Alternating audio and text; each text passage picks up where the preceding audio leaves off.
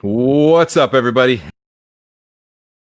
In on this Thursday, we're going down to Austin, Texas with Eric Silverstein from the Peach Tortilla. Eric, thank you for being on the show.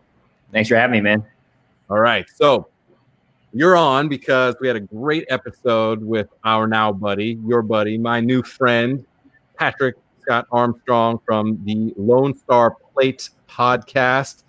That dude's awesome, and he's killing it right now. His guest lineup has been sick. I don't know if you've been paying attention, but I've been watching. It's been great. I actually pinged him about that the other day. I was like, damn, you got some high-profile guests coming on.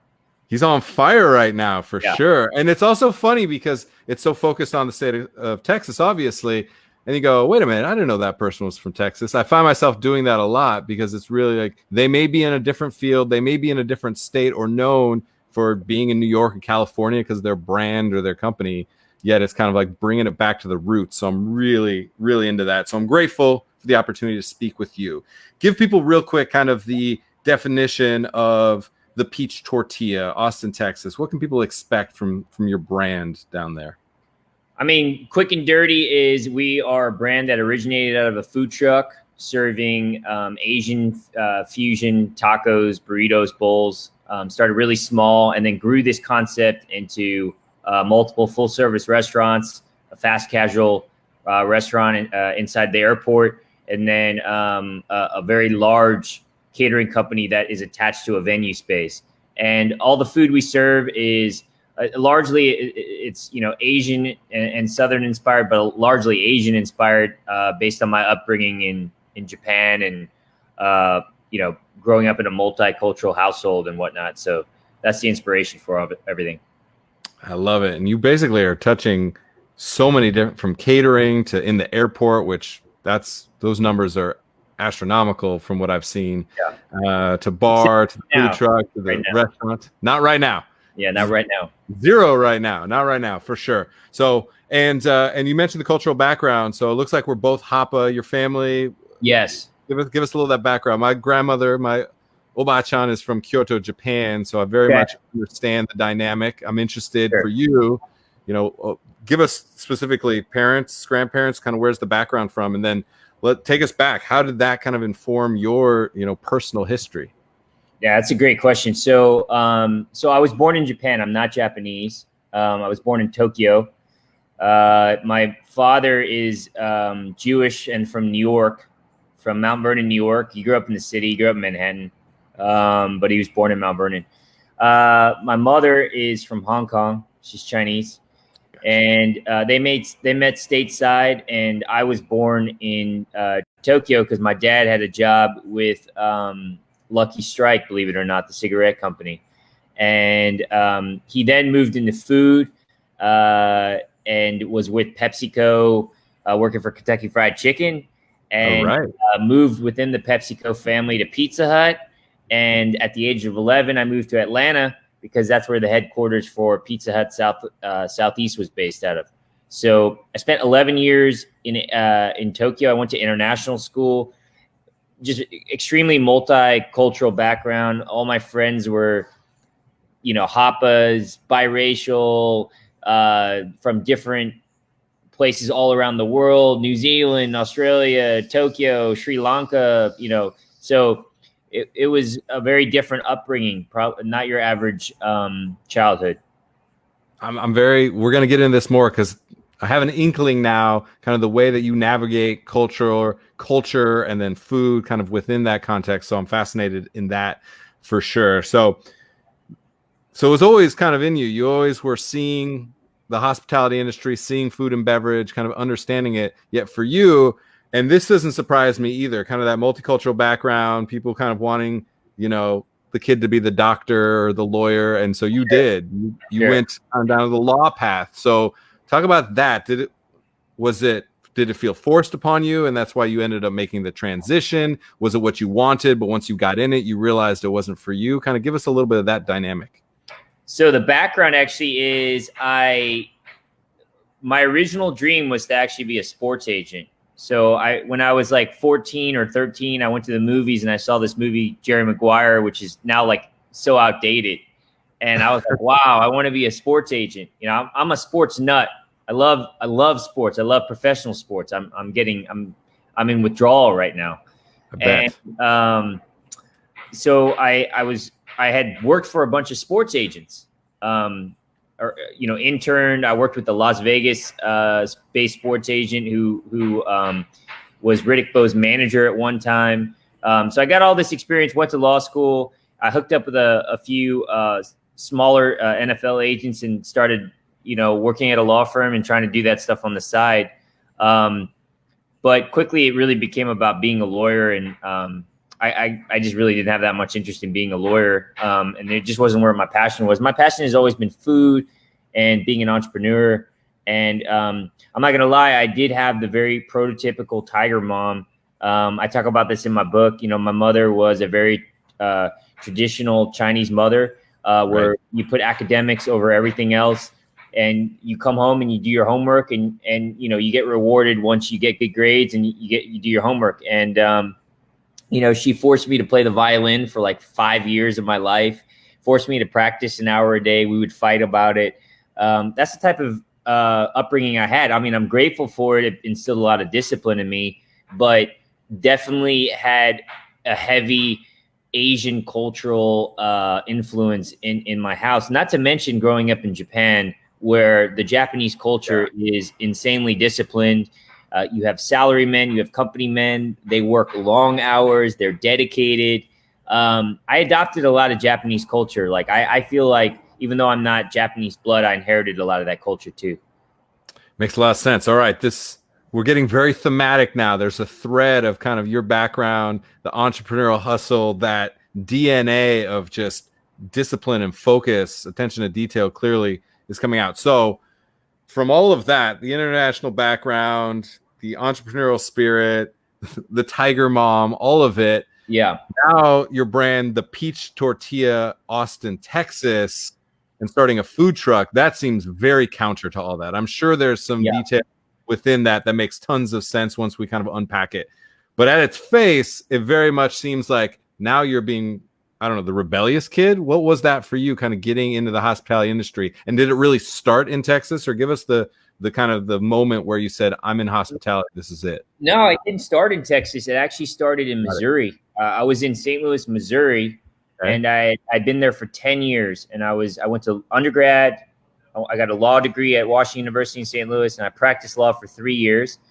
And, I was just ready for a change. I was ready to leave the Midwest. I felt like it was getting a little bit stale for me. I always got love for St. Louis and Missouri, but it was just time for me to go somewhere else. And really, I wanted to start a food business, and we were trying to raise money for a restaurant, actually. And to open in St. Louis, or you knew it was going to be somewhere else? Well, I gave my girlfriend 3 options at the time. I said, we can go to Seattle, we can go to Denver, or we can go to Austin. But I need to get out of here, and the winters are killing me.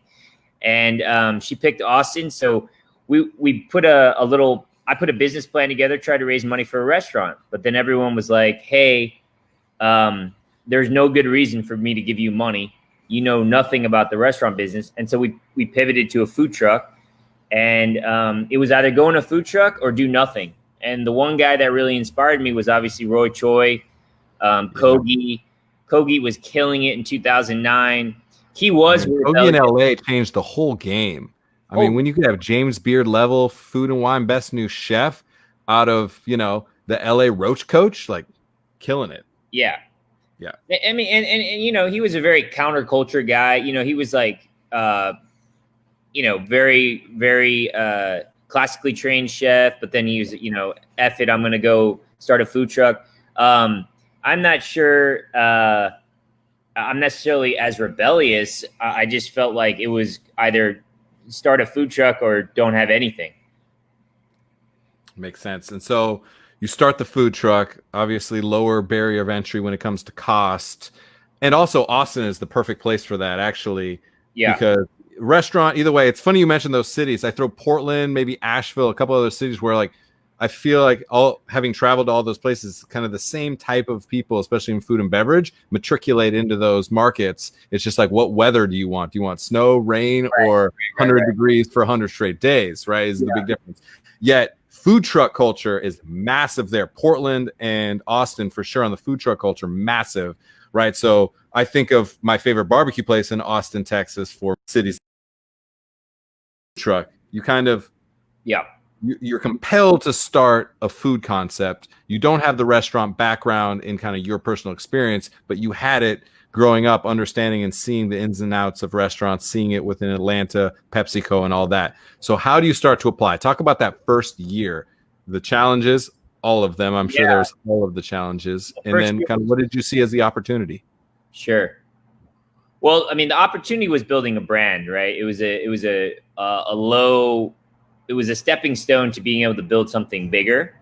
But there's no, I joke about this. There's no manual to tell you how to run a food truck. And at the time in 2009, there weren't that many people who had run food trucks. So it's not like it's not like you can call a bunch of people and say, hey man, like what's your experience been running a food truck? And it's not like I had Roy Choi on speed dial. So it was more like, okay, let's figure it out. So we rented a food truck. We leased one from a lonchera facility, mainly Hispanic commissary facility. And so initially I was learning how to operate a food truck from the guys that ran the loncheras. So I remember the first day I showed up at like 4:30 in the morning and I worked a shift with the Hispanic crew that went to construction sites. And I was like, okay, well, let me see how this works, you know, and they're doing a completely different menu. But I mean, that I learned so much, you know, the hustle involved. I mean, it was a long day.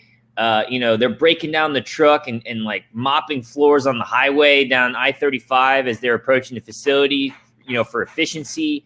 It's hot as hell in the truck. It's nonstop. The food truck game is the hardest thing you can do in the food business. And I'm talking about a mobile food truck. I'm not talking about a stationary food truck. I'm not talking about a stationary trailer. Those are vastly different concepts. But a mobile food truck that moves around 1, 2, 3 locations a day. So, you know, these guys were going 9 or 10 locations a day. So that was my initial introduction. And early on, I realized, man, this is going to be a lot harder than I thought it was. This is physical. These are long hours. And I'm not going to lie, that first year, it broke me. It broke me as a human being. It broke me emotionally. It broke me mentally. The money wasn't there. I mean, I wanted to give up because it's just so hard. You can't, I mean, the money is just, the margins are just razor thin.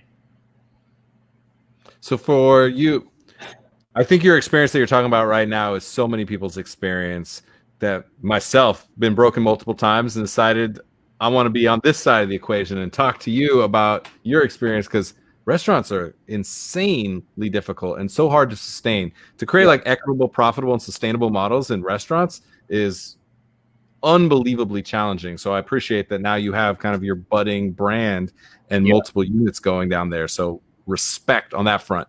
When you're talking about being broken, so many people have, and they continue just to like run at that wall again and again and again. There's so much strength in the perseverance within hospitality. We see that playing out right now in COVID. People are completely decimated, yet their next instinct is, where can I go be of service? Where can I go feed people? Where can I like find my tribe once again? So I think we're going to get into that a little bit more as we talk about some of the operations today. So the food truck, you find a way. You just find a way. That's the way that it always goes.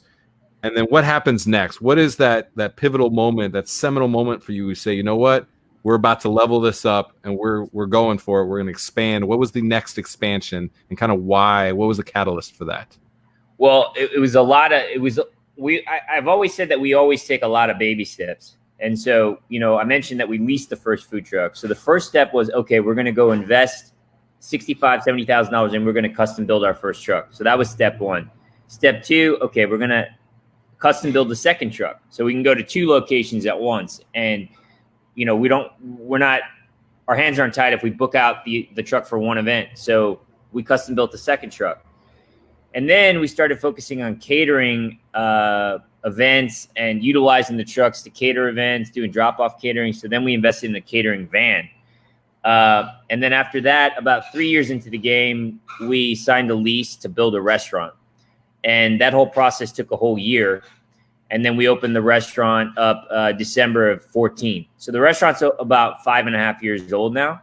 So that move, why the transition from 2 food trucks and then the catering van to the restaurant? I'm just fascinated because you see people doing that, making that transition. And sometimes I don't think they understand what that means.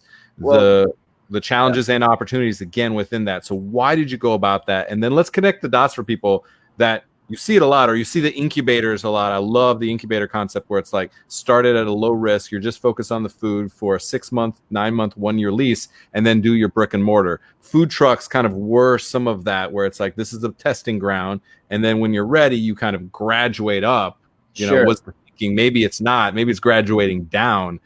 Why the restaurant? And for people thinking about it, give us a couple of the high ticket items on what to pay attention to when you make that transition.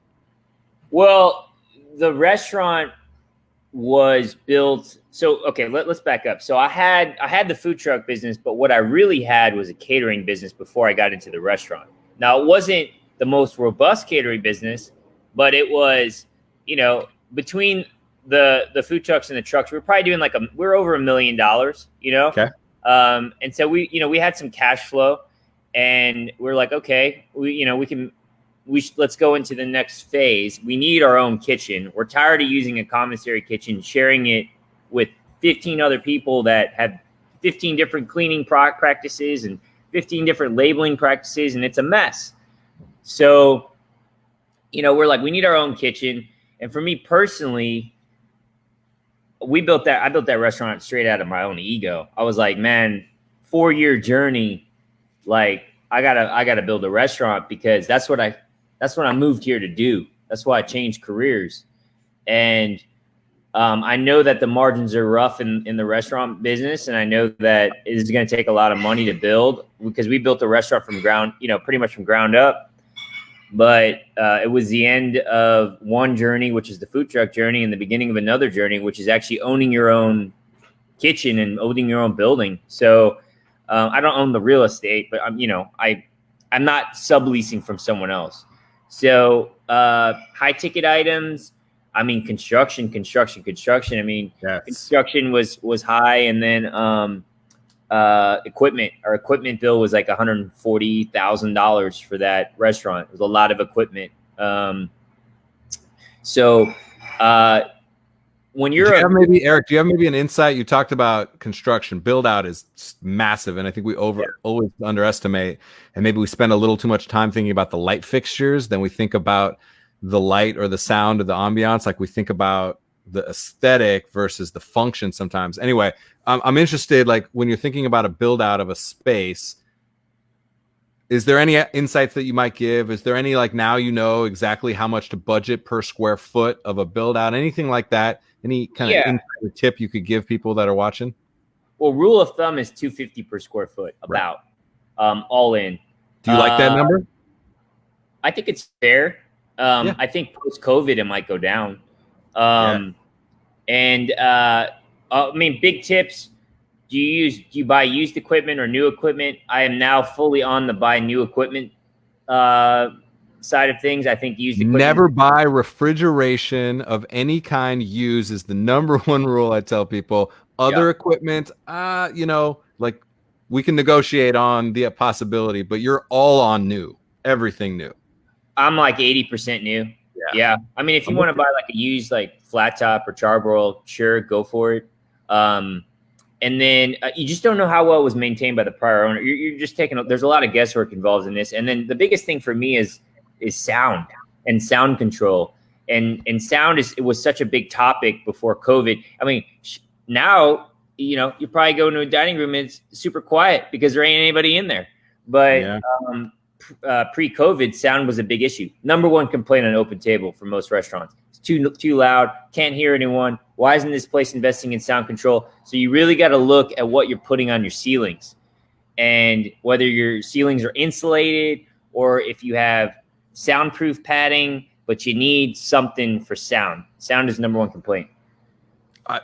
There's Eric, I'm so with you 100%. It's such a conversation that I've had developing concepts over the years. Yeah. Is like, I joked about the light fixture, temperature, sound, and light. Those are functionality of ambiance, yet we get caught up in the light fixture, not the lighting. So it's like zones for temperature, zones for sound, zones for lighting, everything on a dimmer, everything with multiple control systems. You know, like, I think it is so, so important. So I'm 100% with you. People, temperature, light, sound. And for you, sound is number one. So I'm a buyer of what you're selling right now, 100%. So yep, I like it. 250 a square foot, another good number for people to look at. I think a lot of times honestly, I would tell people, have enough money in the bank for 250, budget the 200, and you'll end up at 260. Like, that's just the way it ends up. It always takes longer, costs more money, and is much more difficult. So yep. I'm a big fan of that. $250 per square foot for build out is a good place to start the conversation. And to your point, I think it's going to be lower. Now, you have the multi-unit concept now, right? The Peach Tortilla, Bar Peach, like you've kind of expanded that. We have four locations. 4 locations. So for you, I'm interested in this too. Why was it expanding on that individual brand versus going more of the restaurant group style and being like, I'm going to have 4 completely different brands? Why for you was it important to kind of expand on the single brand and have multiple units, multiple locations within that brand? It's just kind of how it worked out. You know, it wasn't necessarily something that, you know, it just kind of fell into place is the best way to put it. So initially, the first build out after the restaurant was our venue space, and it was attached to Peach Tortilla Catering, where we have a commissary kitchen. So it just felt natural to tie it to the brand. And then after that, I got offered to go into the airport, and it was like, well, fast casual, I mean, it's kind of what we're doing in the trucks. Like, let's just do the truck menu. So Peach Tortilla Airport. And then Bar Peach just came naturally because we looked at the space. We thought it'd be great for that type of concept. I had that concept in mind. And so, like I said, it just kind of felt organic. And, you know, Peach had a brand associated with it, so a following. So we just kind of wanted to piggyback off that.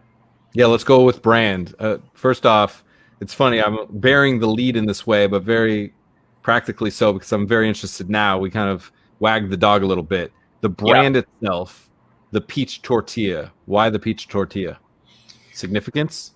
I mean, I grew up in Atlanta, Peach State, and, you know, on the trucks, we were thinking we were going to serve primarily tacos, be a taco-driven spot. So it was trying to pay homage to growing up in Georgia and, you know, the roots there.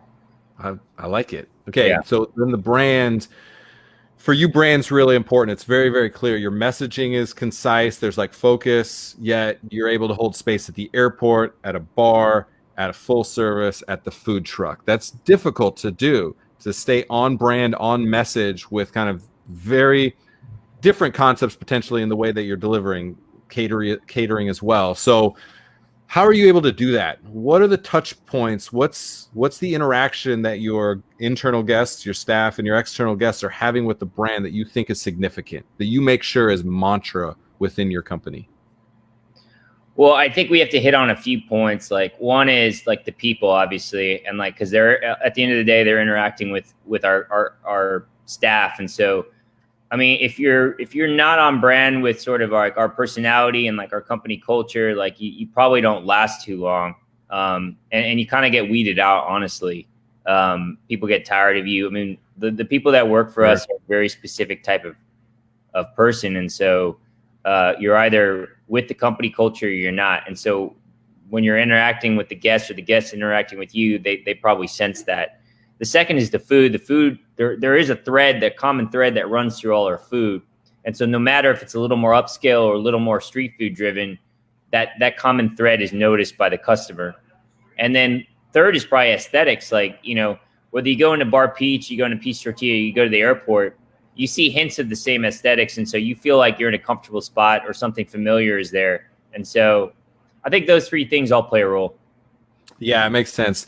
From just a brand and messaging, from what I've seen, very clear, and it's just, you kind of have a swagger to you, and there's a little bit of a look and a feel to it. And I think that's pretty important. They don't all look the same. They all feel the same though. And I think there's a distinction worth mentioning, is like they all feel the same. Are you very aware of that? Is that you? Is that coming from you when you interact with the space, with the food, with your team? Are you feeling that? Do you have systems in place that help you manage that? Give us a little kind of that practical from an operator standpoint. Yeah, I mean, I touch a lot of the locations. I mean, on a daily basis, I'm very involved in terms of like build outs. Like I picked this wallpaper in back of me, you know, like my architect, my designer gave me like 10 choices and I picked it. So that's so funny. Before we got live, Sophie was like, love the wallpaper. So you're getting daps on the wallpaper for sure. Yeah. I mean, I'm very into like, you know, the ceiling in back of me is painted white, you know, before it was just the wood color. So that was a decision that I was involved in, you know? And so all those little details from design to food to uniforms, to the color of your apron, all that stuff, I like to be involved in for sure. Last minute here. Let's touch on some of the people. You mentioned the people, your team. Who are some of the individuals on your crew that you're just damn lucky to be working with? Any people stand out that we want to highlight, kind of the style of person, their work ethic, their hustle, their integrity, their smarts, that we can kind of siphon some superpowers from some of your people? Well, we've got 4 people with us that have been with the company for a very long time that deserve highlighting. The longest tenured employee I have is a guy named Enrique, who's pretty much my quality control manager for all my prep that comes out of my main location. Enrique Cruz, you are the backbone of this entire industry. Everybody knows Enrique Cruz. They've interacted with them. I love it. So he's been with me a long time. And then, you know, Beto, who's my operations manager, he's been with me for about 8 years, and he oversees both restaurant operations. And so between those two, that's combined 18 years with the company. And then, I mean, that is like dog years. That you don't hear that very often. In this industry, it's dog years. The average restaurant tenure prior to COVID was 56 days. Like, we chum through people. It's crazy. So a lot of respect. There's something happening there. You find good people, you keep good people. Yeah, for sure. I mean, we got a couple others that I just want to give a shout out to. You know, Serafina, who's our operations manager over at our catering. She's been with me almost 7 years. And then Kevin, who's our beverage director, has been with us for about 5.5 years. So we got a lot of guys that have been with the company for, some over a decade. And, you know, I'm truly grateful for that, especially them sticking with me during this pretty ridiculous time. Yeah. And for that, let's touch on that. This pretty ridiculous time. You mentioned just the longevity that you have is unbelievable. It's kind of like one of those, if I didn't know anything else about you, I knew that you had fundamental people that have been there for that long, I would understand you as a leader. Like, that's super, super important. You hold space for people to be able to thrive for that long in this crazy industry. It means a lot. What's happening today? Just give us a couple little nuggets of like interactions, touch points, something that they are doing today that you're just like, this is how we're going to survive this COVID crisis as a company. Well, the biggest thing is that we're all doing whatever it takes to survive. And so someone like a Serafina, who's our operations manager, is spending half her time in the kitchen. Or someone like a Beto might be running Expo one day because we're short in the kitchen because we're having trouble retaining people, you know, or he might be spearheading, like when we just pivoted straight to takeout only right at the get-go, he's spearheading that. So right now you have to be very light on your feet, and you got to be able to shift within the day. I mean, this thing is changing every 24 hours. You know, in Austin, it's like, okay, you can't be open. Now you can be open, 75% capacity, 50% capacity, outdoor dining. You know, it's like, holy crap, man. Like, you know, we've been 6 different businesses in 3.5 months. So, everyone's just got to have the right attitude and bring the right attitude and see this thing for the long term. And that's a lot easier said than done. I mean, even I struggle with that. Yeah, day to day. But the fact that you struggle with it and then are surrounding yourself with good people and empowering them, that's That's leadership. So I really appreciate it. I'm so glad that Patrick connected us. I knew this was going to be a great conversation. Really excited for the work that you're doing. I'm paying a lot of attention to the way that you've cleverly navigated building the Peach brand up, yet doing it multifaceted. I think it's super smart.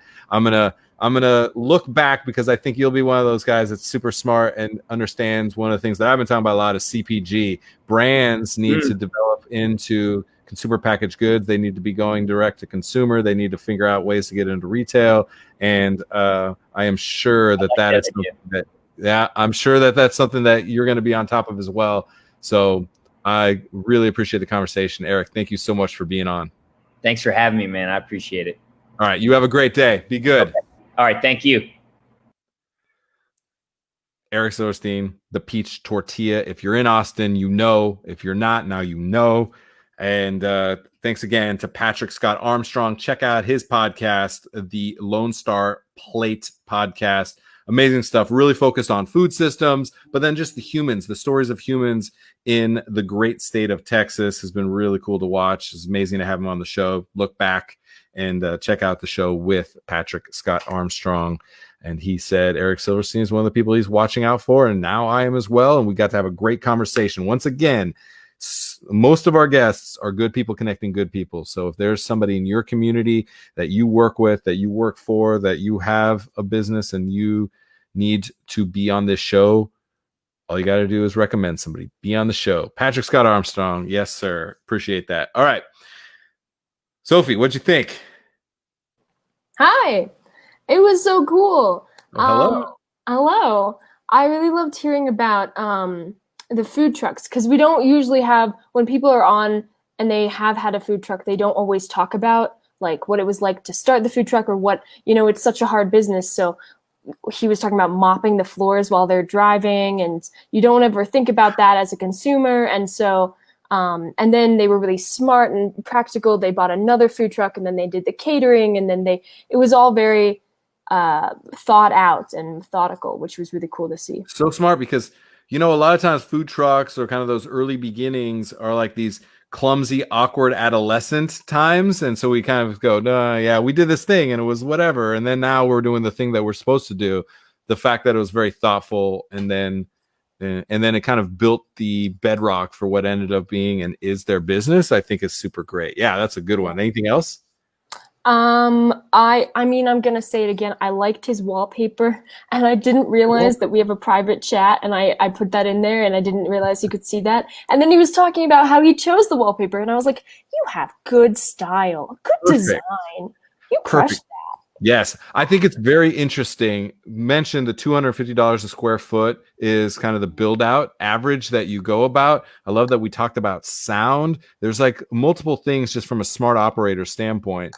And then he just kind of like threw it in there, said, and with COVID, I think it's going to go down, right? The per square footage is going to go down. What I think is interesting about that is there's simple little things that you can do, like the wallpaper or painting the ceiling, that don't necessarily break the bank, because too often restaurants are so undercapitalized and over leveraged and spend way too much money on the poor light fixtures. They're just like my whooping boy right now, but that's what they are. Is like you spend $172 per light fixture, and then the light is crap. I don't care that they were on the Titanic. It doesn't matter, right? But simple wallpaper could have the emotional response that you need, versus having this super clever, sexy thing that doesn't actually have any functionality. So yeah, I really appreciate that. All right.